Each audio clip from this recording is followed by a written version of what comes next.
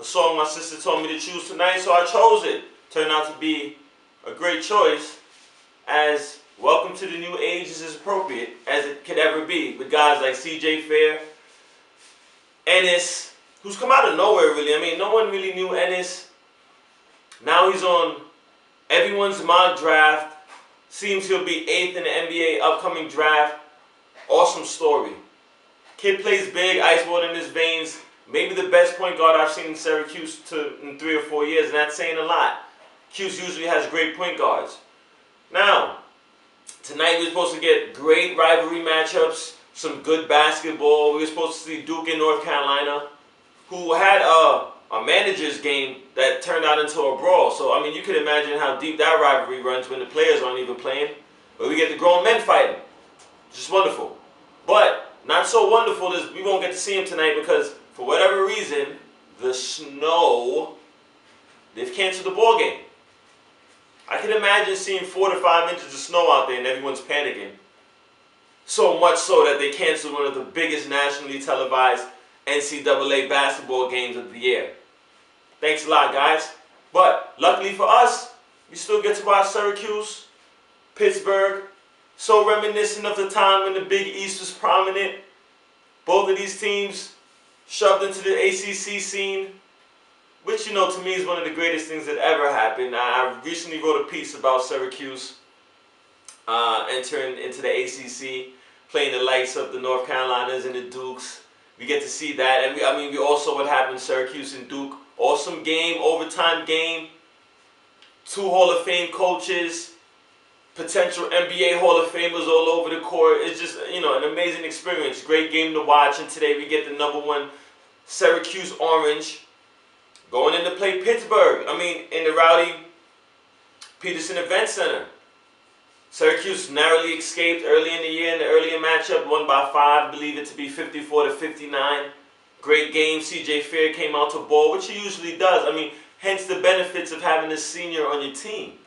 You know, he didn't just go to the NBA's first year. Granted, he probably wasn't talented too, nor his second year, maybe his junior year, but this year by far one of the better players in the country. And you know, in a time where freshmen are so prominent. You know, you talk about Wiggins and Bede. We just spoke about Jabari Parker. And there you go. So, that being said, everyone, well, most of everyone feels tonight will be the night the Orange Men take their first loss. They're kind of banged up, have to deal with roster changes. My whole thing is, if there's anyone who has to deal with roster changes, I would like it to be Jim Boeheim. He reminds me so much of the guy who coaches in the NBA for the San Antonio Spurs. You may have heard of him, Greg Popovich. These guys are so vintage. The old basketball adage just adds so much to the game. Now, Boeheim finds a way to put the onus on the other team's offense with that 2-3 zone. I mean, it backs teams up to the half-court line, basically. The zone, which he's been running as long as I could remember, as long as I've been watching Syracuse, as far as back as I can remember, not to date myself, 27, let's take it easy. This guy's been running this 2-3 zone. You know what it does? It gives other offenses headaches. It's hard to figure out. If your interior game isn't that great, more times than not, you won't win that game. You need a solid big man to control the middle of that zone. That being said, Pittsburgh has a pretty decent interior game. Now, first game they won, Tyler Ennis came up big. 4 points in the last 2 minutes, and I see him again being the difference in this game. His ability to control the game as a freshman reminds me more of a senior. Seems like he's an upperclassman already. He's one of those guys who's very savvy in the basketball court, and what he lacks for in traditional talent, he makes up with the IQ. Now, I say this all the time. I'd rather have a smart player than a dynamic player. That's just me. Smart players make smart plays. Dynamic players, not so much. CJ Fair, as I alluded to, is coming back. Christmas will seem to have a big game. Grant's over there playing well. And everyone seems to think the Orange Men will fall at this juncture of the season. And I say, why? Why is Vegas making the Orange Men a dog? +2.5 on the road. Now, if I a gambling man, which I am, I'm all over Syracuse tonight. I mean, even if they do lose, which I completely don't think is going to happen, I believe Ennis will control the game to a point where they come out of there with a 4-point victory somewhere in the range of 61, 65, 59, 63.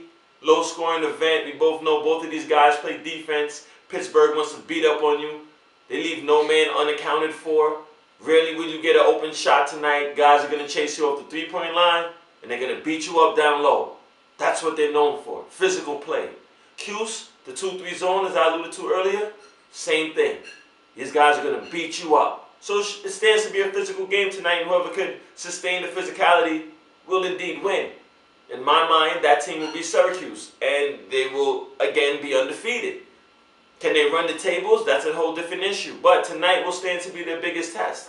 As I said before, they banged up, and they're going against a Pittsburgh team who's okay. They're coming in ranked 25 in the nation.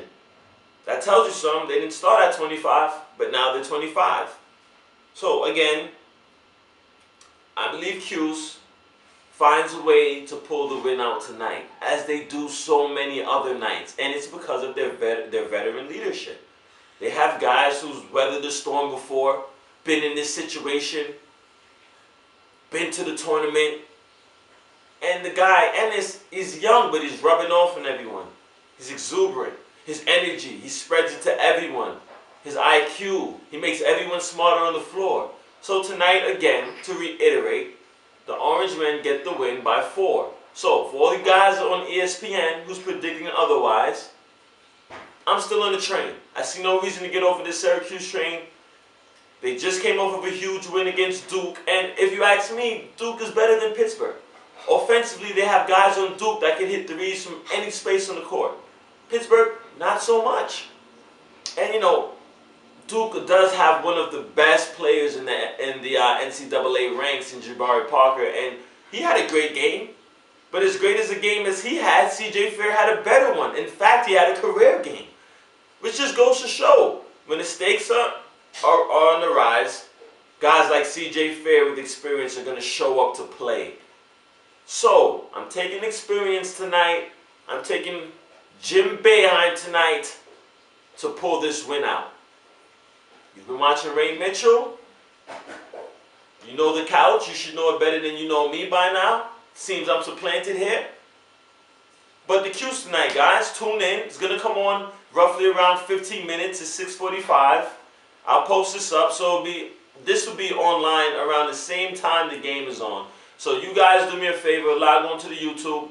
Leave your comments and tell me what you think is going to happen tonight.